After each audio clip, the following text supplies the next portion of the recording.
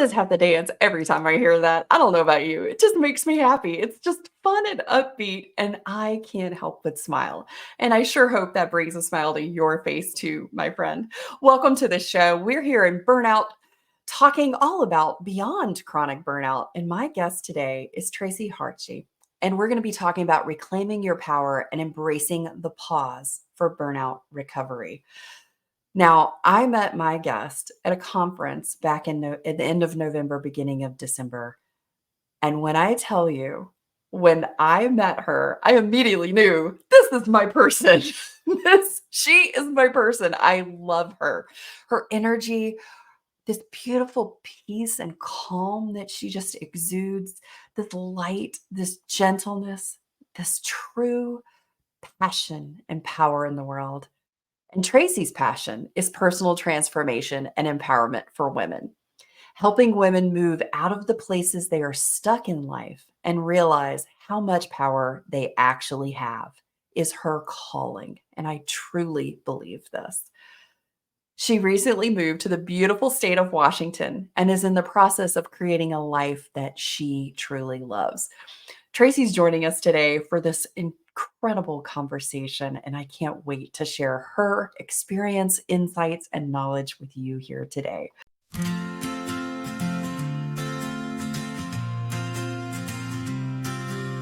Burn bright but not out. Carol Jean will show you how. Energy that's here to stay. Lead your life in a new way.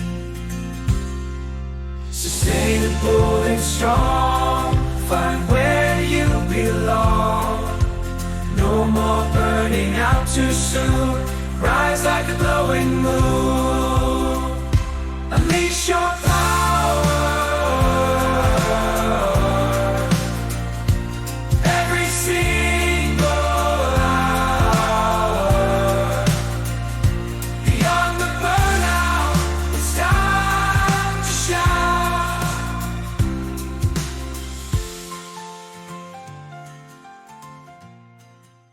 Welcome to the show, Tracy. I'm so glad you're here. Hi, Carol Jean. Thank you so much for the beautiful introduction. That was a very serendipitous meeting in LA, wasn't it? Oh my gosh. Yes, it was. It absolutely was. And we had such wonderful conversations along the way and just really got to connect. And I think that was one of the things that stood out to me about you. And as you sort of shared your personal journey with me, and you were so kind. And we just had these wonderful sort of like whiz pop connection moments. And I just Mhm. thought, oh, I get what she's saying. I get that. I love that. It was really, yes, that was such an amazing, amazing weekend. Very I really love powerful. it. Yes, Oh, well, it's I lovely to know. see you here. You too. Okay, so Tracy, share with everybody, how are you in Washington? How are you starting to live a life you truly love? I mean, what has been happening in your world? Where are you in this life journey, this energy mastery journey right now?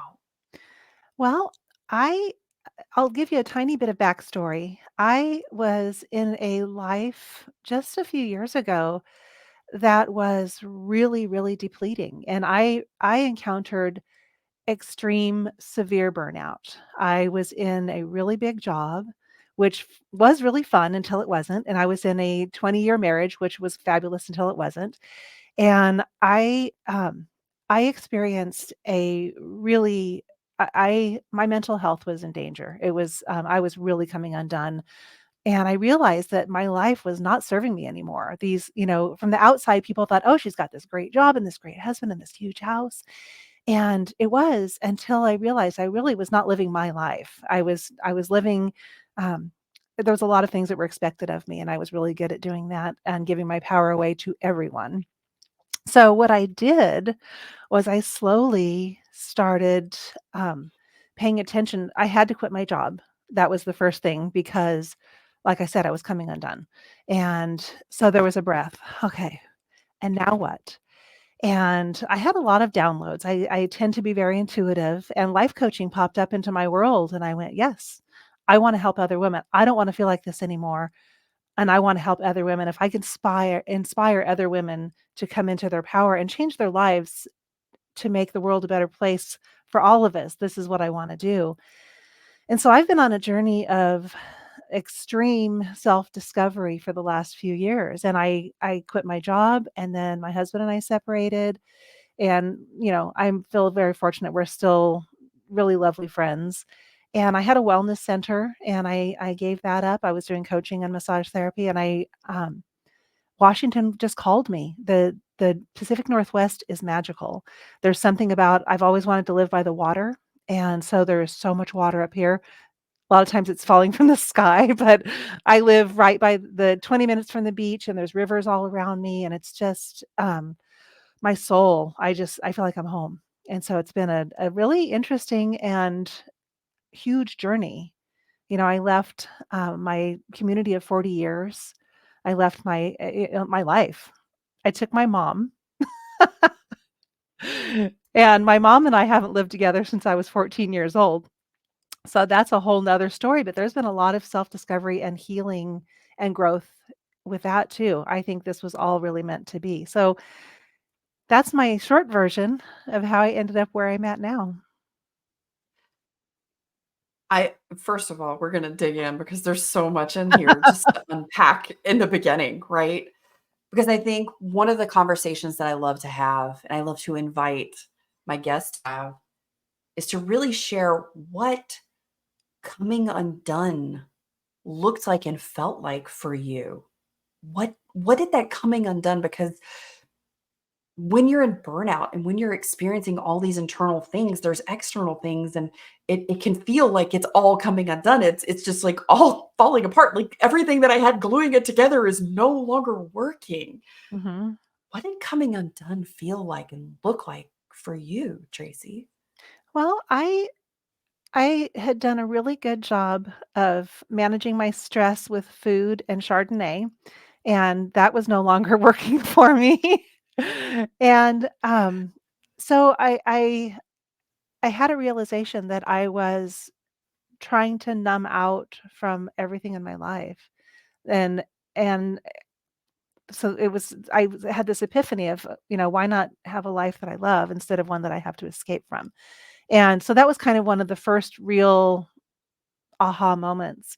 The coming undone part, besides trying to numb everything, I was also just, um, my tolerance for stress got to be I cried every day. I'd go to work and I would cry, and then I would come home and I would cry. I was just I couldn't handle anything. And I'm a strong woman, and I handled a lot. And I unfortunately didn't understand how to take care of myself and how to navigate this huge life I had created, and the things I was doing obviously weren't working. And so the coming undone was really just like literally falling apart. Mm. I was Did you really afraid see for or my mental health. notice yeah, did you see physical changes or manifestations of that in your body? Did Well, you have any physical or health stuff that came through? I did. I gained a lot of weight, obviously, because I was, self-medicating with the things I talked about, and my adrenals, burned out because my stress level was so high for so long, and I didn't really understand what type of self-care. I'm a really highly sensitive person, and I had put myself in a very masculine environment for a really long time, and there wasn't a lot of room for femininity and for softness and for the type of self-care that I realize that I require. Mm. I mean, okay, these are amazing insights because everything that you've listed is a warning sign for burnout. Yeah. And, that numbing out. Woo, I love coconut rum. I was consuming a lot of it. Yeah. That was my nut, to numb out because it's like everything was so big. I didn't even know how to handle it. I didn't wanna handle it. I didn't wanna feel it. I just wanted Mhm. to have a little No, it's all too peace. big. Mhm. Right. It's Yeah. it's like, I don't even know where to start with this, so I'm just not because it doesn't feel safe. I don't Mhm. feel like I'm equipped for that, right? And that second piece that you talked about, like the crying every day, I remember I was at work one day and I was working in a pretty stressful job and much like yours, very masculine, Mhm. you know. You were in the car industry, I was in the insurance industry, and these were very masculine spaces. And I remember I was sitting at my desk and I couldn't get up. I couldn't hold it together. And I was just in tears and sobbing. Everybody's looking at me. And I got called into the manager's office and he's like, "What is wrong with you? Why are you not holding it together?" And I was just like, "I just can't. I don't, Yeah. I just can't." And I was crying all the time. It was like this the pressure release, the physical stress Mhm. valve was the tears. But then there was the whole story that goes with that is like, I'm losing my crap. I'm Mhm. not strong. I'm weak because Mhm. I'm crying and I can't control it. And so all of that storm, and we're going to talk about the power of thoughts as we Mhm. go along. But Yes. holy cow, if you guys are listening to this and this is resonating, please stick around for this conversation because Tracy is really very, very attuned to sharing what's going on. And she has some really beautiful insights on where we go with this. So, what does extreme self discovery look like? It has been interesting, and it is still happening. It's I always also call it happening, isn't it? fierce self-discovery. Love it. Well, it really is as a reformed or becoming reformed people pleaser, I was really good at fitting in everywhere, right? I'll probably have an accent by the time we're done with this conversation. Tend to mold myself into I used to mold myself into whatever circumstance I was in to make myself make it more comfortable for everybody, to make sure that everybody was happy. And when you do that, there is no place for your truth, for your authenticity. And so being in this position in my life and in my marriage and really abandoning a lot of my truth, I I feel like I lost a lot of myself. And when you're in a marriage for 20 years, you become an us, right? And so the last few years have been, okay, what is this? Do I actually like this? I don't know. It's something I've always done, but is this and so it's been a lot of being quiet, tapping into getting aligned with my spirit and listening to her and really paying attention, not just blasting through life like I've always done. And it's been fabulous. And there's things that I've let go of and people I've let go of because my standards are getting really, really high. And that serves me very well. You know, if it's not a heck yes, it's a no, you know? And yeah, so really rediscovering my essence, which is huge. We tend to take on all of those around us and especially if you're a people pleaser, you lose yourself. Oh, Mm. they just keep coming, these golden nuggets of beauty. This is something I have a conversation around almost daily, Tracy, and I know you and I have had this conversation, and the fact that you just brought this up in such a beautiful way. There is that masking to what I call the professional level of camouflaging. I was the cutest chameleon you never saw Oh, I because just it got didn't feel goosebumps. safe. Yeah, right? Because it Yeah, didn't feel safe for me to be me. yeah. There wasn't room for me. I didn't think there was room for me. I people pleasing to make sure everyone else was comfortable was so huge. And it was I one day I stood there and I was like, I don't know who I am. I don't know what I like. I had this massive identity crisis because I Mhm. had lost myself. I had given myself Mm, away. I had yeah. suppressed myself for so long that when I said, this is enough. And the first time I asked myself, do I like Diet Coke? And the answer was no, I hate it. That I had just bought a case of it and I've been drinking it since I was in third grade. Margaret Vidmer's grandmother brought it to school for us to do a taste test. And by the way, I am that old, y'all. I was around when Diet Coke first came out. But because everybody else said, oh, this is so good, because it was Margaret Vidmer's grandmother and everybody wanted to be Margaret Vidmer's friend. And I was like, "Oh, I wanna be Vid's friend too. I don't wanna be left out, so, oh, it's good." Ugh. Mhm. And then I didn't even care. I was still drinking. I was sitting at home by myself drinking a Diet Coke that was disgusting. Well, it's highly addicting. Oh, yeah, I mean, just ew. Yeah. So, I threw it away, and it's been 10 years, I've never had another one. But I sat there and I went, "I've never even asked myself if I liked this." Mhm. For 20 years, I drank something I didn't like. Isn't that crazy? It's yes, when you start asking yourself, "Is this my truth? Is this some like, do I actually enjoy this? Is this something I actually desire? Or is this part of" like you said, I wanna be accepted." It's huge. Oh my gosh, Yeah. yes. So, Tracy, once we kinda hit this place, we hit this place of we have recognized we have been coming undone, and we are ready for extreme self-discovery. Yes. Where do we start? Well, there's a lot of places we could start, but I see we're gonna talk about planning ahead.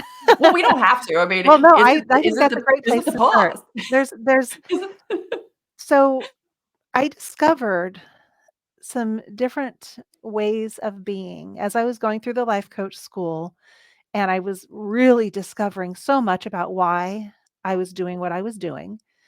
I'll kind of revert back to the food and the alcohol. I had this constant I looked through some of my journals. I'm going to lose weight. I'm not going to drink so much. I'm going to lose weight. I'm not going to drink so much. I'm like, are you freaking kidding me? This is years of really why can't I'm a smart woman.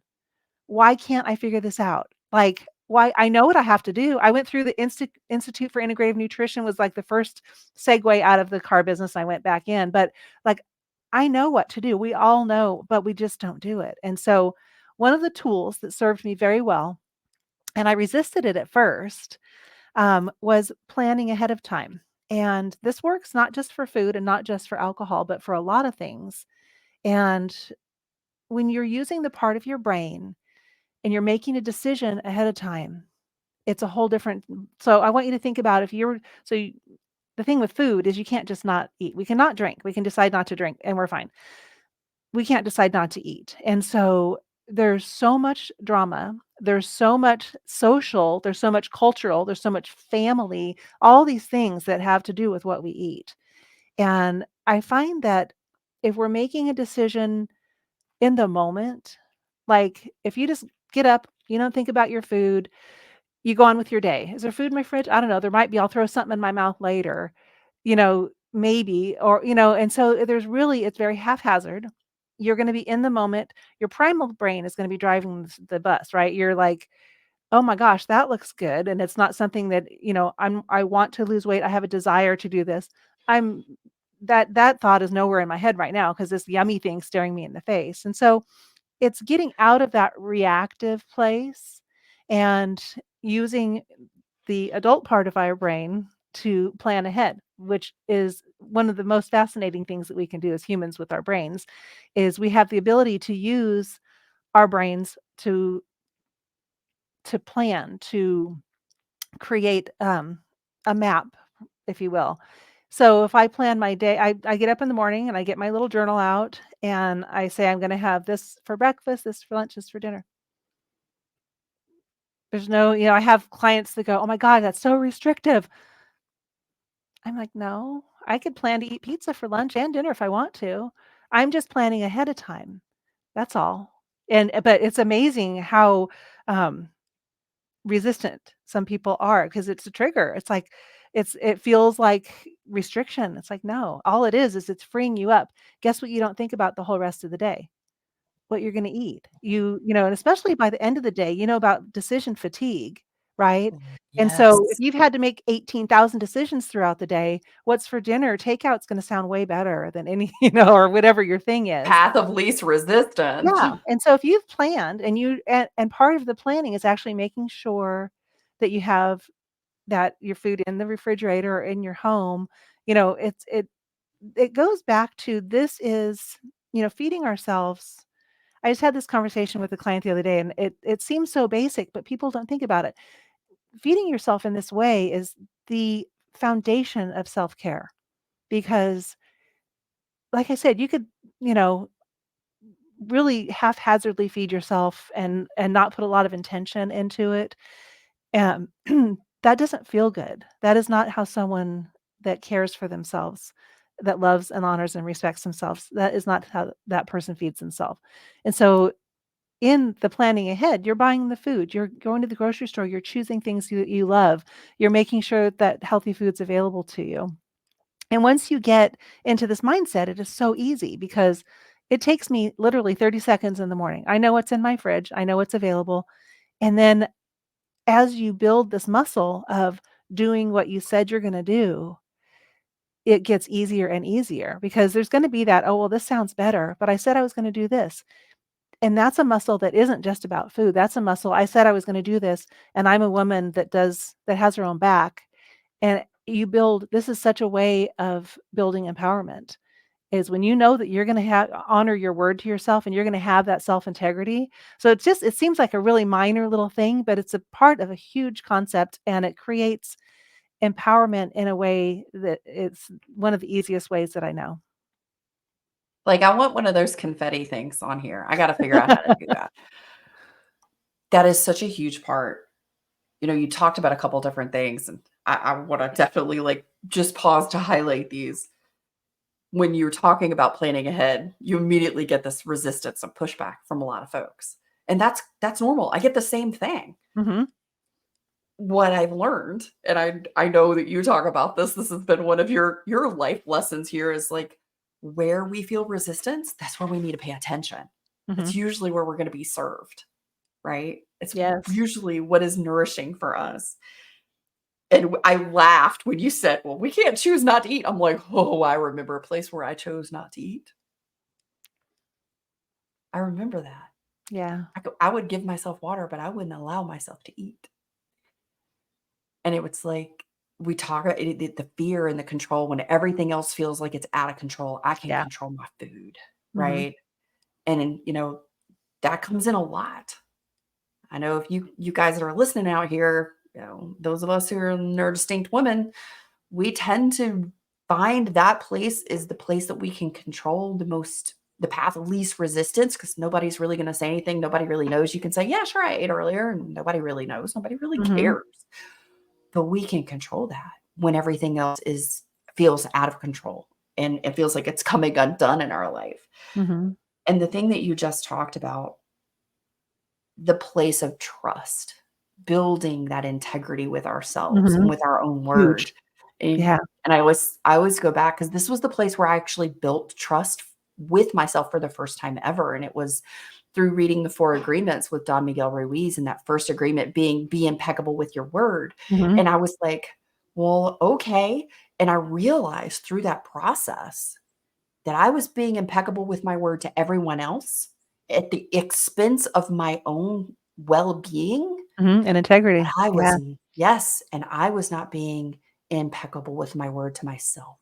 I wasn't giving it the same attention and importance, and Mhm. it's actually more important. Yes. Yeah.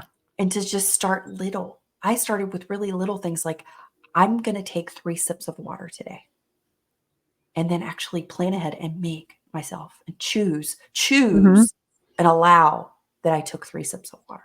And acknowledge. Yeah. Yeah, and Oh my I did gosh, what I yes. did yeah, I did what I said I was gonna do, and that feels really good. And then you do what you say you're gonna do, and it feels really good, and then you keep doing it, and then you realize how many areas in your life that you BS yourself. You say you're gonna do it, and you know darn well it ain't gonna happen, right?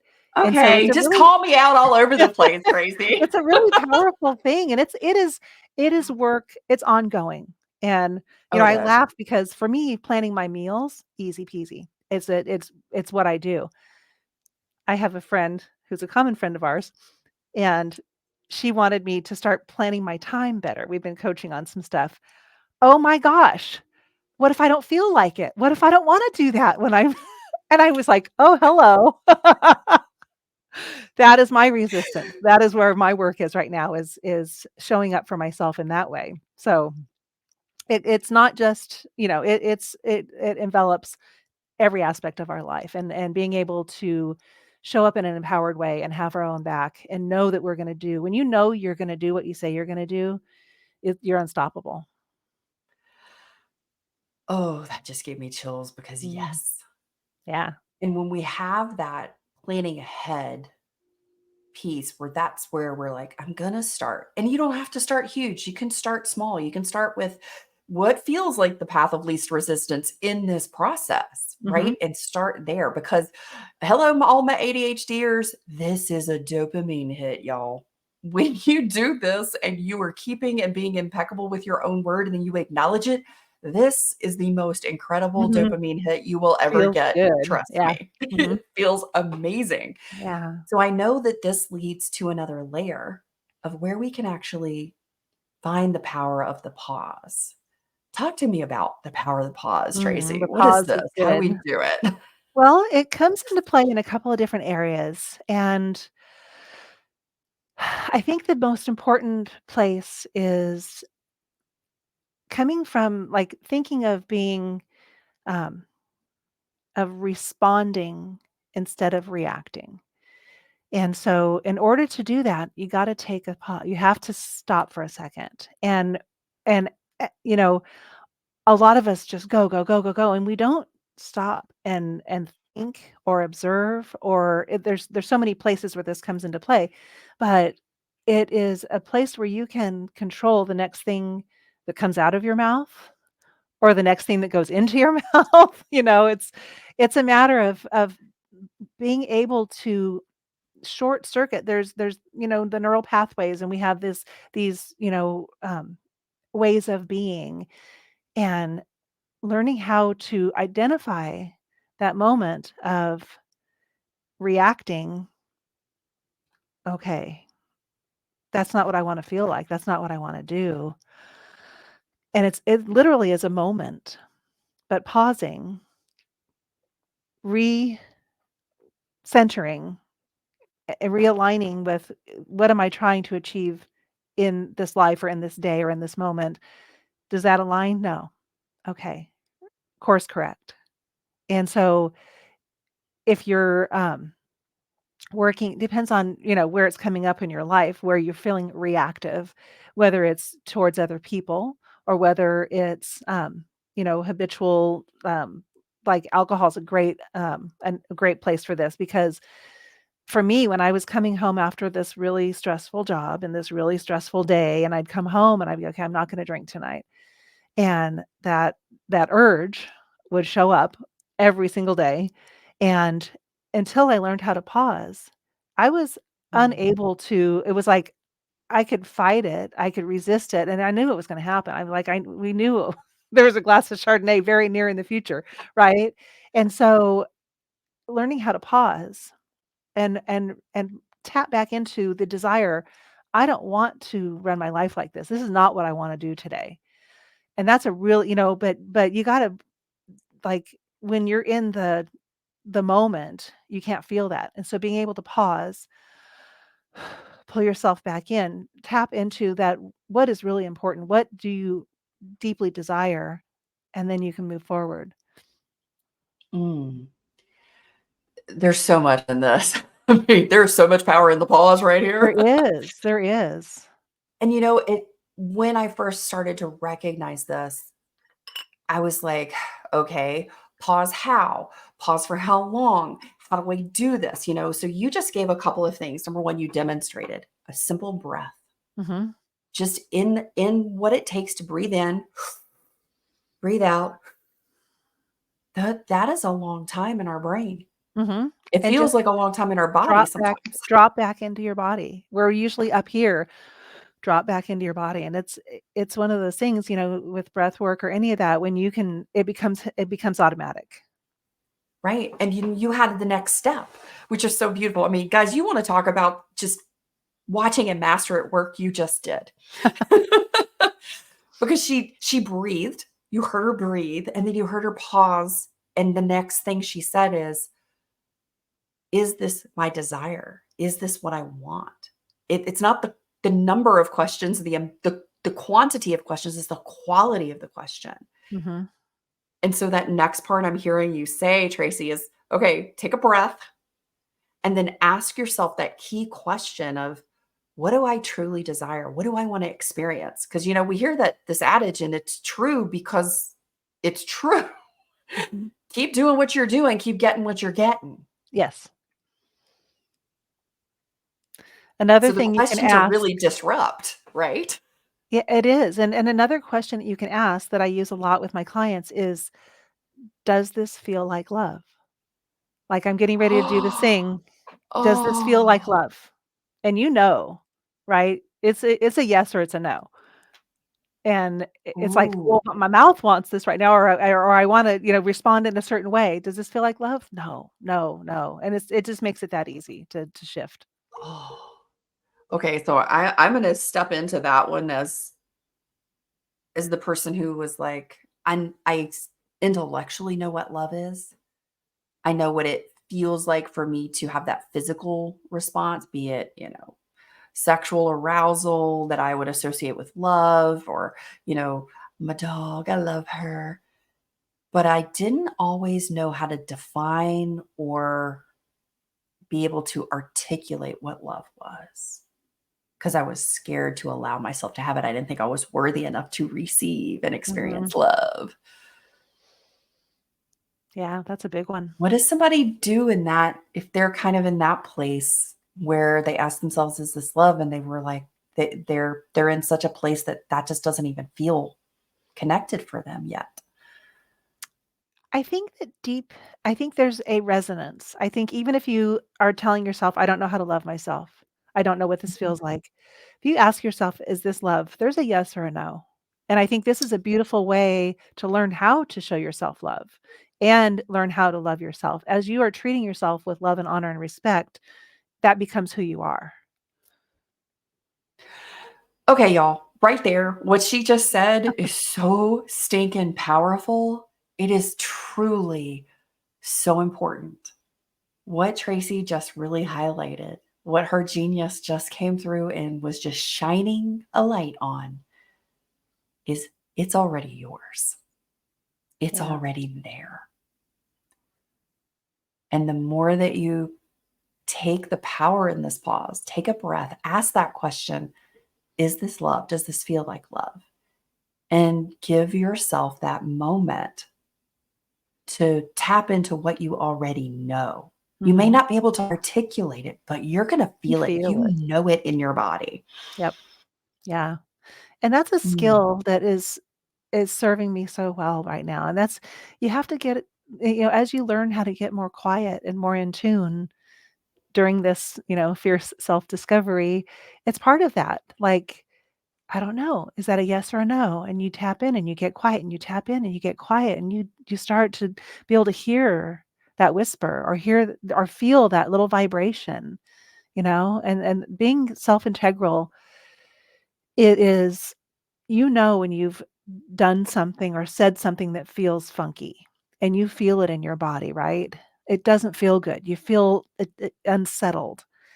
So when you're learning how to ask yourself, is this a yes or a no? Does this feel like love?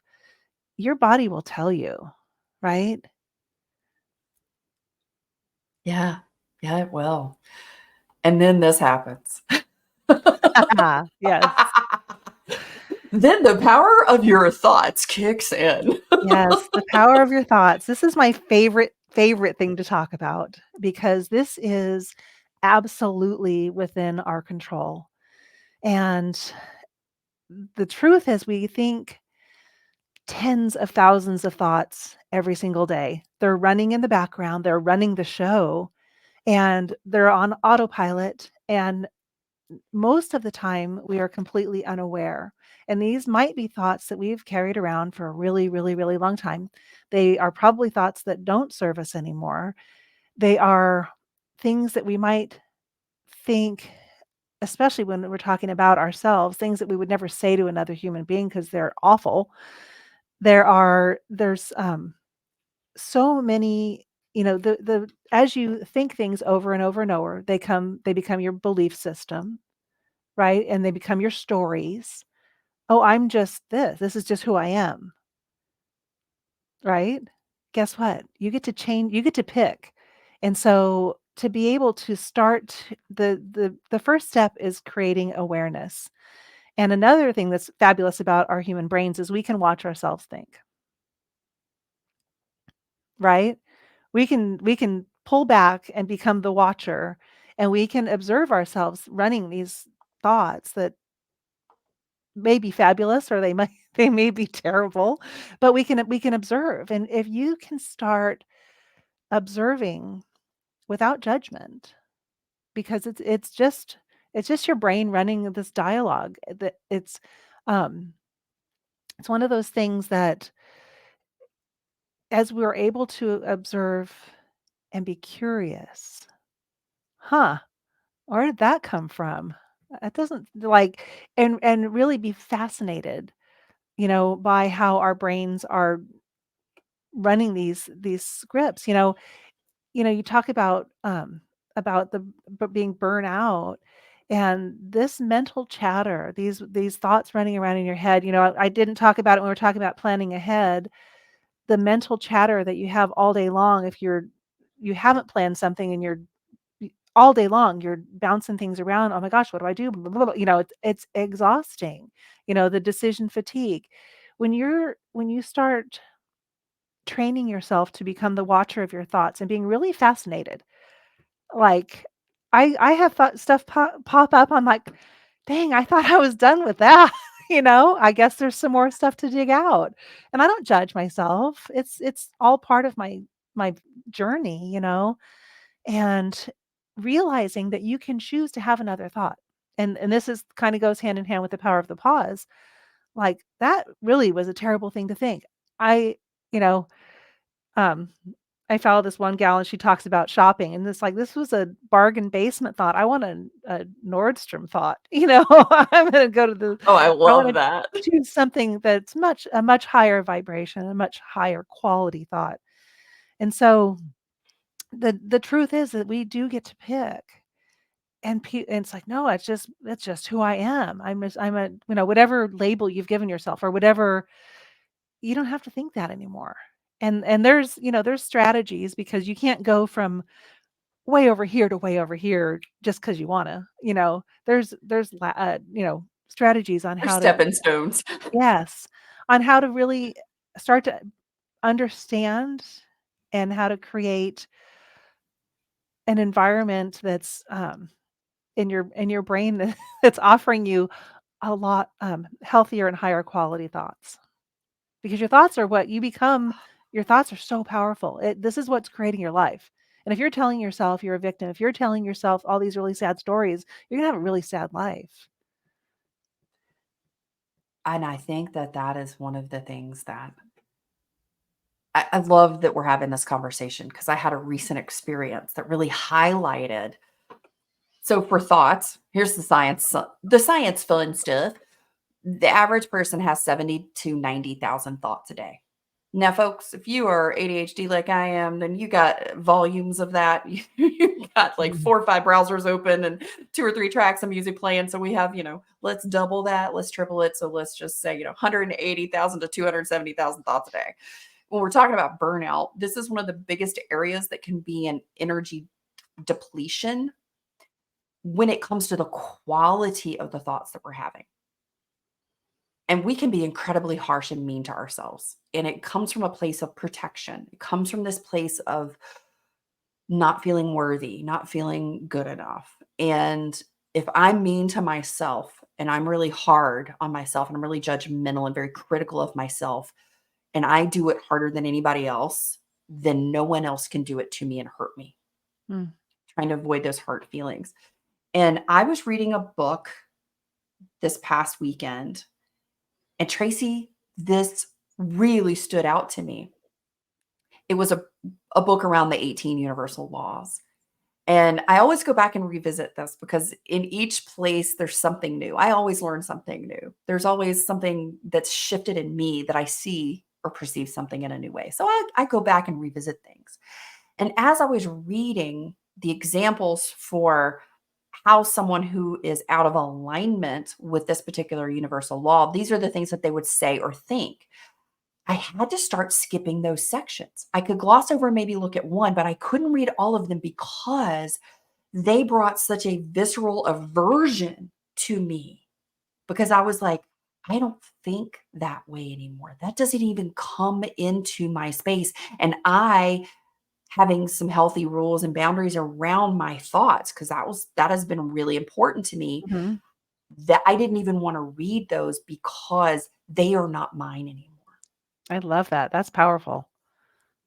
It really Yeah. was. I had a very visceral physical response Yeah, to it's like, those. "No, no." And I was Yeah. like, "Ooh, that's icky. That's heavy. That's nasty." And I Mhm, felt the energy of those types of thoughts. And I thought, I remember a time where those were my thoughts all the time. mhm. And the Yeah. contrast is huge now. But this has been an evolution over 6 years. This did not happen overnight. Mhm. Have you had some of those experiences or shifts as you've started to choose different thoughts and sort of weeded the garden of your mind in this Absolutely. process? And that's why I've really come to where what I work with women is their power, becoming an empowered woman, because we give away our power in so many places, and that is all to do with our thinking. And so as I started having healthier boundaries and I started honoring myself more, that was really where my thinking had to shift, because when you have these belief systems that I did in the past, the fabulous thing is you do get to change them.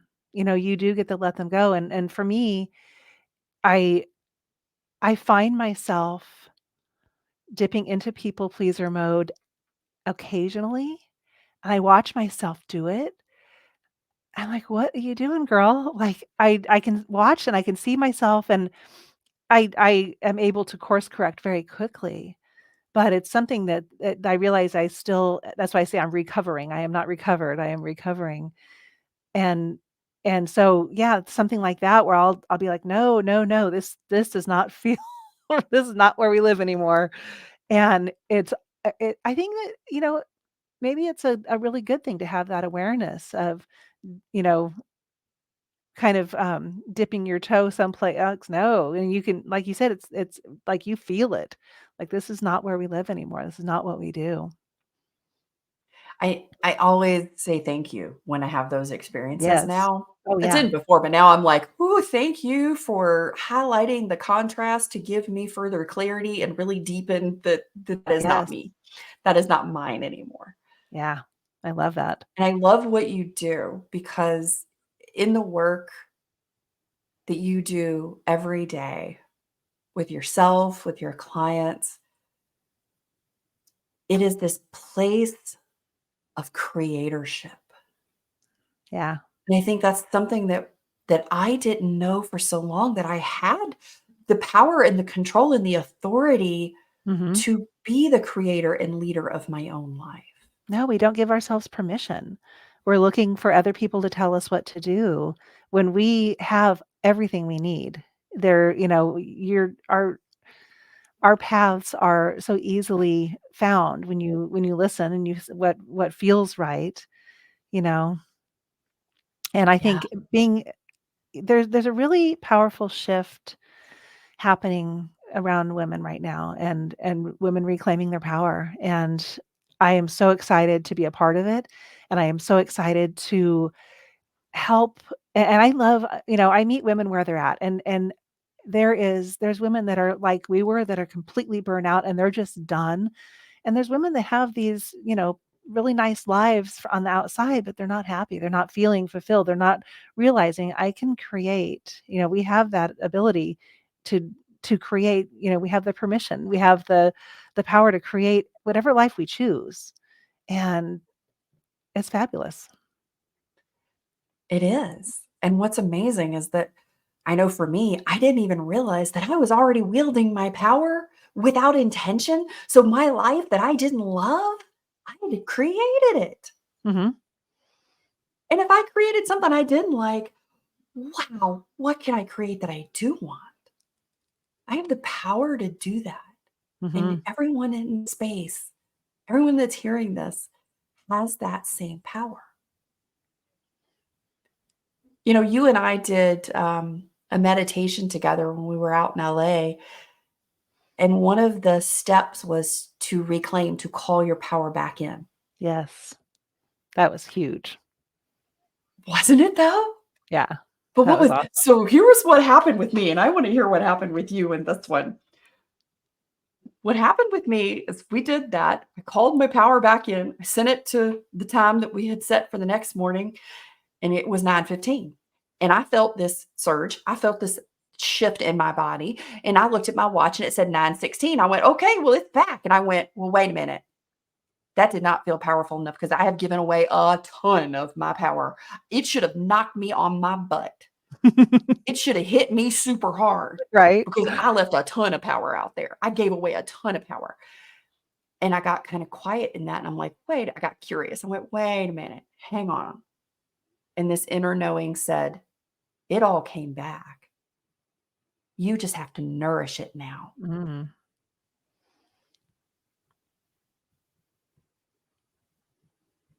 I love What is that. that? What did that reclamation of power in that? What was that experience for you, Tracy? It was very personal. It felt, when we looked at where we had given our power away, I was surprised. And so when I pulled it back, it just felt really important. It didn't feel like I was expecting, the room to explode with all those people in there. And but Right. it but I felt, it was a very, um gosh, I can't think of the word right now. I'm losing my words, but it was very profound, but Mm. it was subtle. It was like a homecoming, but it wasn't, I didn't know what to expect. It was such something I'd never done anything like that, and so it was very fun. I love anything that's woo woo. And so, yeah. Yeah, so for me, it was a lot more subtle, but I felt so empowered. It was fabulous. It's interesting because, we all have these, like, I was the same way. I was like, I've never done anything like this. I don't know what to expect. I'm just open. This will be fun. I can't wait to see what happens. Yeah. Right. And then I caught myself in my thoughts thinking, oh, it should be this way. And I thought, well, who says it should be this way? Mhm. And what was interesting is that it was subtle. It was there. I knew it, but it wasn't like what I thought it was supposed to be like. Right. It should be like Coming knocking out of me our down seat. kind of thing, Yeah. right? But what was so interesting is that it was just like this seed and this homecoming. Like you said, it was like this coming home, and it was like this resonance that happened. It was almost like the keystone being slipped into an arch, and it was like this Mhm. solid Yeah. grounding Yeah. Yeah, feeling, that's a great way of right? describing it. And from that, I've been intentionally nourishing that Mhm. every day. And the way that I have felt it expand and shift and change has been really beautiful. And I know that you have this wonderful tool for people right now. You have a free guide for I 5 ways that you are giving away your power and how to reclaim it. That is a free guide that I just created. We give away our power in so many very, ways that it's just what we do every day, and not even realizing. And so I just created this little guide, and it gives you an example of where you're giving your power away and what you can do to reclaim it. And there's a few, and then I added a bonus in there if you read it to the end. Oh, I love And that so much. yeah, and you can go onto my website, and there's a little, form to fill out, and it goes right into your inbox, and it's an easy read, but it makes you think. It's one of those things like today's conversation. It really starts bringing up questions, and giving yourself permission, I think, is a really huge thing that we can reclaim our power. Step into the power of the pause. Use some thoughts for reflection, some compassionate curiosity, and Yes. dive into 5 ways that you're giving your power away. So, Tracy, what's the best way for people to contact you, to follow you, to get in touch with you, to kind of get into your ecosystem and your world? If this was really resonating with them, where's the best place for people to find you? I'm everywhere. I You have a are, and I'm gonna website. have all the links in the show notes. Yes, I have, my website, which is traceyhartje.com, and that has a little bit of my backstory and then the different ways you could work with me if it does feel like a good fit, and it has a way to get the free guide. I am on Facebook at Tracey Hartje. I'm on Instagram at Tracey Hartje. I'm on LinkedIn. I am I'll share with you, my challenge this year is, you'll be surprised, finding my voice. And so this has been such a great opportunity, and that's why I'm putting myself all over the place. I want to share this information with as many people and uplift and inspire as many women as I can. And so that is my work for 2024. And I wanna take a moment to pause and celebrate because this is exactly what we agreed to back in December. We did. Yes, I We said did. yes. And you said yes. That was Yep, your challenge. You put that in the bowl. I did. And here we are. And you know what? You have been impeccable with your word, and you can get off of here and you can celebrate that this has been done. You have kept your Absolutely. word to yourself. And I'm Thank so excited to be the person that got to do it with you. Thank you That's so such an much. This is honor. I just love talking to you, so this has been fun and easy, and these are my favorite things to talk about, and I think that it's so important that we have these conversations and that women understand that they are the creators of their life, and you can create whatever you want. Absolutely. Guys, check out the show notes. Go get that free guide, 5 ways you're giving away your power and how to reclaim it. And if you're noticing and you're recognizing that you're experiencing burnout, that this is someplace that is showing up in your life and you are ready to take this and really energize in a whole new way, there's 2 options for you to work with me. You can get my book, Unleashing Sustainable Energy, and you can DIY it. There's plenty of tools. You can get the companion workbooks. Everything will take you through the assessments and how to apply them. Or if you really want to accelerate and really step into energy mastery, reach out. You can work with me one on one. I do have a couple spaces that are opening up, and I would love to get to meet you. So just reach out. Let me know. It's energize@whittingtonwellbeing.com. Take care, guys, and we will see you back next week right here on Beyond Chronic Burnout. Hey there, friend, it's time to start again. With Carol Jean by your side. Burnout fades in the safe space we reside. You showed up today in every single way. Take a breath and know here you'll stay. Thank you for being here.